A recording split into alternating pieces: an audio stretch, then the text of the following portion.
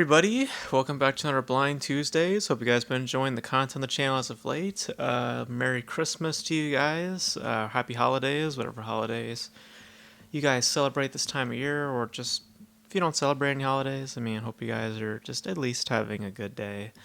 Uh, I'm filming this the day of Christmas, so this will be posted tomorrow.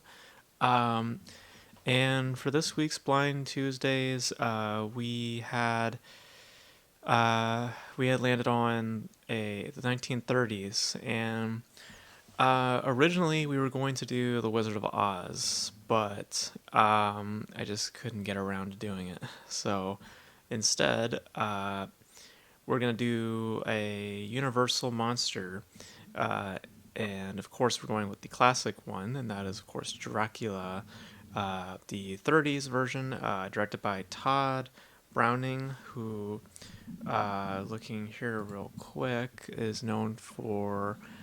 mostly known for Dracula, also known for a film called Freaks, which came out a year after Dracula.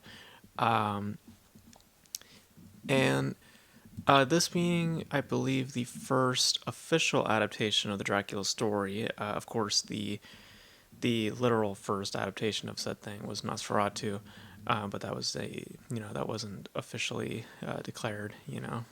Um, and this one is also less of German expressionism and more of a uh, more classic Hollywood approach, more big, extravagant set pieces with more uh, lavish costumes and all that sort of stuff. Um, and story-wise, it is also fairly the same. Now, um, it's been a while since I've seen this, so I can't say with like great memory as to what the story was, but I just before recording just took a little peek at a clip of Dracula just to refresh some of my overall feelings of the film, and I believe it retains a bit of the same beats. Someone gets invited to Dracula's house. Dracula decides to invade a certain town, and he starts one by one, biting and turning people into vampires. Um, but the difference between this and Nosferatu is mostly to do with its tone, because Nosferatu was more playful in nature. That might be due to just the timing of said film, which was in the silent film era, and then more reliance to music. Whereas this is much more muted, and is much more relying on silence than that of like bombastic music or dramatic presentation. Um, and muted not just by tone but also in colors. It's so much more darker in the frame compared to Nosferatu, where everything seems a little more blown up and like in the whites and the grays, where in this is much more emphasized on blacks and much more in darker. uh, just an overall, the dominance of color is more of a black than that of Nosferatu's choice in coloring. um, and I have to say, in terms of framing, it is absolutely stunning. Some of the shots in this was specifically when we first meet Dracula on the staircase. It is beautiful. It is just a gorgeous, gorgeous looking film. Um, and I think, to me, just a very influential piece that actually helped inspired a lot of one of the projects that I worked on when I was into the whole filmmaking thing. This was actually a huge influence on one of those films that I worked on. Um, and for great reason, just because not only is the framing great and not only is the coloring great, but it also gives such a wide, it has like a wide uh, look within such a small frame, within such a small parameter, because usually when you operate within that small box, you only have so much, and usually like the faces usually take up most of the frame. With this, they utilize so much more of the sets, and they use so much more of their environment, and thus everything just seems so much bigger and grander in design. Um, and performance-wise, also, I just think that I think that Lugosi, I think that's how you say his name. I think he's just a great Dracula. Has a um, very like kind of seductive, but also like um, there's a charm there, but a sinister nature. You know, there's layers to his aura. It's not just the simple minded nature of like, oh well, he's bad. He's just bad. It's like no, there's flavors there, and it works, and it's compelling. Um, but um, it has a more superior approach to the story than I think than Nosferatu did. And I know that that's a bold statement to say because Nosferatu is just beloved by a lot of people. I think mainly just for historical value, just because of how old the film is and all that sort of stuff that's attached to it in terms of its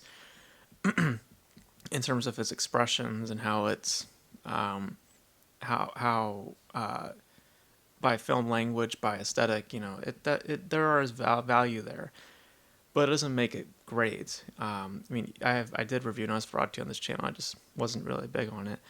I think what makes this superior is more about how they utilized the sets and how they utilized that performance. It it feels more compelling. It feels more charming, and feel more um, I feel more involved, mainly with the weight of its tone, which I did not feel much of in Nosferatu. Where Nosferatu, I felt more distant. With this, I felt so much more involved with its performance, with the set pieces, and more to anything, just the weight of its tone and its atmosphere. Because this is surprisingly more silent than the silent film that is Nosferatu. And because of that silence being present in this, there's so much more of it that's speaking, that has so much more of a voice than that of what Nosferatu was. Um, so I really like this. I think that of the Universal monsters, I have seen this. I've seen The Invisible Man. Um, I think that's it. Between the two, I prefer Dracula mainly for the weight of its tone um, and for its aesthetics. Um, and I have a hard time believing that the other ones would stack up because it feels like after this, um, it became kind of more like studio work and um, less of an expression, you know. Um, because I believe this is the first of the Universal monster films, if I'm not mistaken, or what would spawn into that franchise of Universal monster films. Um, and for my money, it's the best of the adaptations of the Dracula story. I've yet to see the Coppola version and other things, but just as the outsider, and also just surely by ignorance, by the handful of things I've seen from Dracula, um, I think this is just easily the best of that story, or best representation of that story.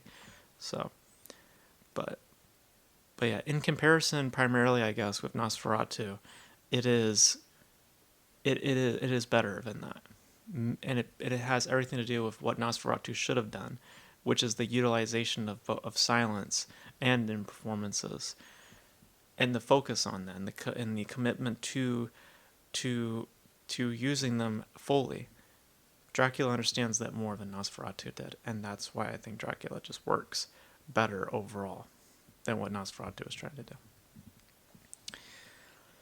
So yeah, so those are my thoughts on Dracula. I really enjoyed it. I really enjoyed myself with Dracula. It's been a while since I've seen it, but from my memory of it, I remember just aesthetically it being very, very rich, performance wise being very charming, but more than anything else, um, I found the tone to be very, uh, to be more weightful, and just having more of an impact than what I would find in Nosferatu years later. So, but yeah, I haven't seen the other Dracula films, so I can't make a comment on those.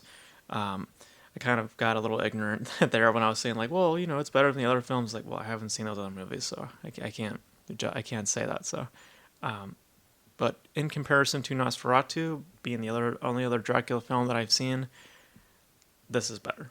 This easily in my book just better. So, but Let's go to the wheel now, and let's see what next week's offering is going to be, since this is Blind Tuesdays. So we're going to spin the wheel here, and we're going to see what's up. So here we go. And next week for Blind Tuesdays, it is going to be a... Ooh, alright. So it's going to be a French New Wave film. So this is a very specific category. So it's going to be the French New Wave. Alright. Alright, well, there's a film that comes to mind. I have to make sure, is it? I can't say, I'm not saying out loud what it is, but let me make sure it fits the category. French New Wave films. Because I have seen a few select films from that movement. I've seen Breathless. I've seen Cleo from 5 to 7. But I want to try something. I don't know if it's on there. I'll look it up. But yeah. So that's the criteria for this. So it has to be from the French New Wave. So that means films from the late 50s to the early 60s, within that little time frame. So, find me just any recommendations, and we'll go from there. But I gotta make sure. I have a film in mind. I'm pretty sure it'll be on the list, but I'm gonna make sure it's there right now. So, but that's the criteria. French New Wave. So let me know your choices in the comment section below, and your thoughts on Dracula as well.